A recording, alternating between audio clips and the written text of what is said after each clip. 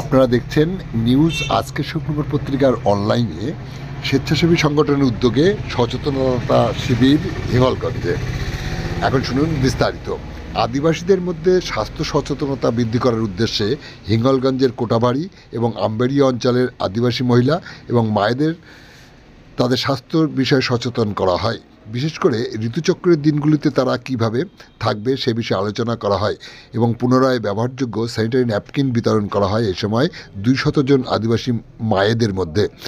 উদ্যোগী স্বেচ্ছাসেবী সংস্থা Sandeshkhali Maa Sarada women and rural welfare সোসাইটির পক্ষ থেকে আদিবাসী মহিলাদের জন্য এই প্রয়াস গ্রহণ করা হয় তাদের স্বাস্থ্য সচেতনতার স্বার্থে।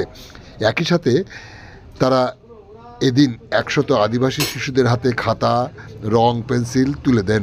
এই অনুষ্ঠানে উপস্থিত ছিলেন হিঙ্গলগঞ্জ বিধানসভা কেন্দ্রের বিধায়ক দেবেশ মণ্ডল, পঞ্চায়েত সমিতির বনভূমি কর্মদক্ষ শ্রী সুরজিৎ বর্মন সহ ICDS কর্মী, আশাকর্মী সহ অন্যরা। সোসাইটির সেক্রেটারি সুভাষিস মণ্ডল বলেন, আমরা এই শিবির বিগত দিনে বিভিন্ন স্কুল কলেজে করেছি, কিন্তু দেখলাম আদিবাসী মায়েদের স্বাস্থ্য পরিচর্যায় এই বিষয়ে সচেতনতা কম, তাই এখানে এই কর্মসূচি গ্রহণ করা হয়েছে এবং আগামীতে সুন্দরবনের সব আদিবাসী মায়েদের এই বিষয়ে সচেতনতা বাড়ানোর উদ্দেশ্যে ধারাবাহিক প্রক্রিয়ার মধ্য দিয়ে এই কর্মসূচি চলতে থাকবে। কর্মসূচিতে উপস্থিত হয়ে হিঙ্গলগঞ্জ বিধানসভা কেন্দ্রের বিধায়ক দেবেশ মণ্ডল আগত আদিবাসী মহিলাদের সামনে কি বার্তা তুলে ধরলেন, শুনতে চোখ রাখুন, আমাদের সাথে থাকুন। আর আমার বাড়ির মানুষ সে তো মাটি কাটে, কোদাল মারে, তার সঙ্গে মিশলে আমার মান সম্মান যাবে। আমি কেন মিশবো তার সঙ্গে? পরিস্থিতি নেই কেন? হেরিকান বলছে মাটির প্রদীপকে তুমি যদি আমার ভাই বলে ডাকো, আমার কারণ হেরিকান অনেক উন্নত আলো, প্রদীপ কত আলো দেন। এমন সময় আকাশে চাঁদ উঠেছে, হেন কালে গগনেতে উঠিল চাঁদা, কেরোসিনের শিখা বলে এসব, তখন কেরোসিনের শিখা মাটির প্রদীপকে দাদা। আমরা এইরকম সুবিধা পাই। আমি এই বড় হয়েছি বলে অহংকার দেখাবো। একটির মধ্যে যদি একজন প্রধানমন্ত্রী বা মুখ্যমন্ত্রী আসেন, তিনি আমার মঞ্চে উঠতে দিচ্ছেন, ওখানে বলছে নাম যাদের আছে তারাই, পুলিশ যাদের উঠতে দেবে তাই উঠে, তখন আমি তাড়াতাড়ি আপনাদের সঙ্গে ভাই বলছি, এই আমরা এখানে বসে, আমি এখানে বসি, ম্যানেজ করে নিই। বুঝলেন তো? এই হচ্ছে সমাজের অবস্থা।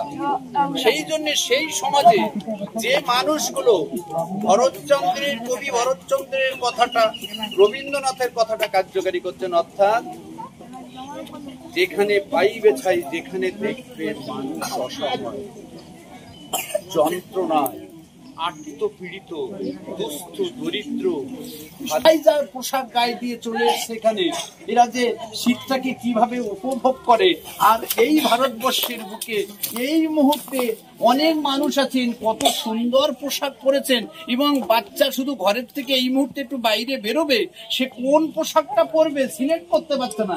একবার এটা গায়ে দিচ্ছে, ওটা ফেলে দে, না আমি এইটা পরবো। আর মায়া মারা সেই আবদার শুধু দেখছে, না তুমি এইটা পরো, না আমি ওইটা পরবো। তার মানে কত পোশাক তার আছে আর কত রকমারি আছে, সে কোনটা পরবে ঠিক করতে পারছে না। আর সেই দেশে আমাদের ছেলেরা একটা বাড়িতে যা আছে পেয়েছে কিংবা পায়নি, সেইভাবে চলে এসেছে এখানে কিছু একটা অনুষ্ঠান হচ্ছে। তাই এই খবরটা নিতে হবে, এই খবরটা রাখতে হবে আমরা। সেটা সুভাষিস বাবু করছে, উনি একটা অ্যাওয়ার্ডও পেয়েছেন যে এই দুস্থ দরিদ্র মানুষের কাজ করতে গিয়ে ওনার যে অন্তর, এই সমস্ত মানুষ দেখে কাঁদে, ওনার চোখের জলটা আপনারা আমরা দেখতে পাই না, আমাদের কেউ দেখায় না, কিন্তু যখন উনি রাতের অন্ধকারে অফিসের সমস্ত দায়িত্ব পালন করে সমস্ত মানুষের আবদারকে মর্যাদা দিয়ে নিজের গৃহে ফিরে বিশ্রাম নিয়ে যখন ঘুমাতে যান,